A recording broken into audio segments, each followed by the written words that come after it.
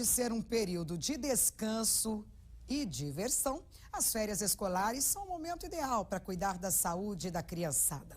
Você sabia que durante uma brincadeira é possível observar algum sinal de problema cardíaco? A Andréia Nicheli está ao vivo e tem mais informações para a gente. Boa tarde, Andréia. Oi, Ravena, boa tarde para você, boa tarde a todos que nos acompanham. Pois é, né? Férias escolares aí quase na metade, mas ainda dá tempo de se divertir, de brincar e também, Ravena, de cuidar da saúde, e especialmente do coração das nossas crianças. Garantir, né, que tá tudo certo, que dá para curtir esse momento com muita tranquilidade.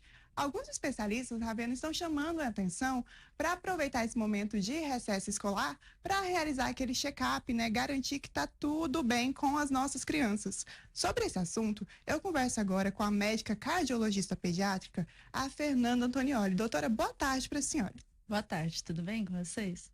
Tudo jóia. Doutora, férias a gente só lembra de diversão, brincadeira, né? Mas também é um momento para se preocupar com a saúde.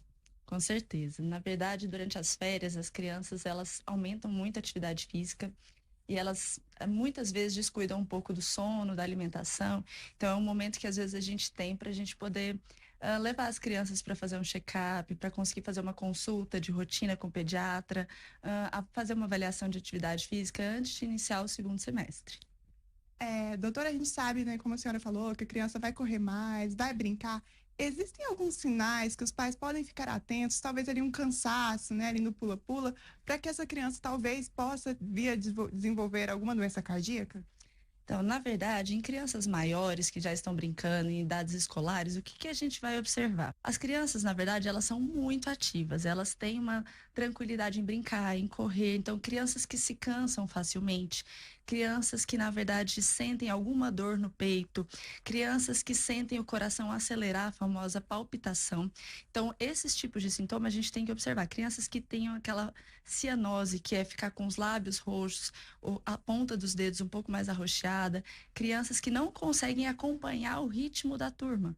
Então, a gente tem que observar esse tipo de criança e fazer realmente uma avaliação cardiologista pediátrico. Doutora, a gente sabe que crianças que são diagnosticadas, né, com cardiopatia já na gestação, ali, já no nascimento, dá para tratar essa criança de uma forma que ela vai poder brincar, claro, de uma forma mais tranquila, mas então dá para divertir essa criança também? Então, hoje em dia, o ecocardiograma fetal é um exame essencial durante o pré-natal. Recentemente, ele foi aprovado até pelo SUS, né, no último mês, e ele é um exame realizado entre 24 e 28 semanas. Quando a gente faz esse exame, a gente já consegue diagnosticar várias das cardiopatias mais críticas, e a gente consegue fazer o tratamento aí precoce no início da vida dessa criança. Crianças que são realmente diagnosticadas com cardiopatia, elas merecem um acompanhamento seriado com o cardiologista, para a gente realmente ver se tem alguma necessidade de limitação de atividade física, se vai precisar de algum procedimento cirúrgico ou de cateterismo, e para a gente avaliar se realmente tem sintomas durante a atividade. Quando a criança é muito bebezinha, a atividade física da criança é mamar. Então, a gente avalia o cansaço durante as mamadas. Esse é o principal sintoma de insuficiência cardíaca em criança. Em crianças mais velhas, como que a gente vai avaliar? Igual eu estava falando para você, crianças que se cansam para correr, que tem dor no peito, crianças que não conseguem acompanhar a turma, palpitações, esses são os sinais mais clássicos que a gente vai observar nas crianças.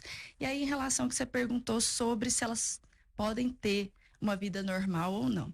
Na verdade, hoje em dia, crianças operadas, muitas delas têm uma vida praticamente normal, correm, brincam, são liberadas para atividade física. Então, depende do tipo de cardiopatia e da repercussão que aquela cardiopatia tem na vida da criança, se a criança é operada ou não, e o tipo de limitação que isso traz.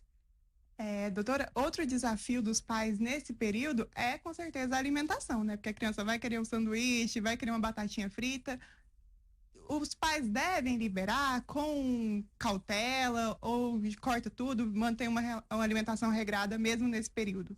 Então, o que a gente fala é para que a gente, primeiramente, tente manter o número de refeições que a criança está habituada, né? Então, a quantidade de vezes que ela se alimenta por dia é muito importante. Segundo, é importante que a criança tenha uma ingesta de vegetais, né, legumes, verduras, mesmo durante o período de férias. É claro, que são crianças, né? Então, durante as férias vai ter uma outra escapulida, né? A criança vai comer, às vezes, um pouco mais de doce, vai comer um pouco mais de alimentos não tão saudáveis assim. Mas o importante é que a gente tente manter o mais próximo do normal da criança, do habitual e do que é saudável para ela. Acho que é isso. Eu quero agradecer, doutora, a sua participação. Muito obrigada, eu agradeço vocês pela oportunidade. Então é isso, Ravena, dicas muito importantes, né, para os pais e responsáveis. A gente conversou com a médica cardiologista pediátrica, a Fernanda Antonioli, e eu volto com você no estúdio.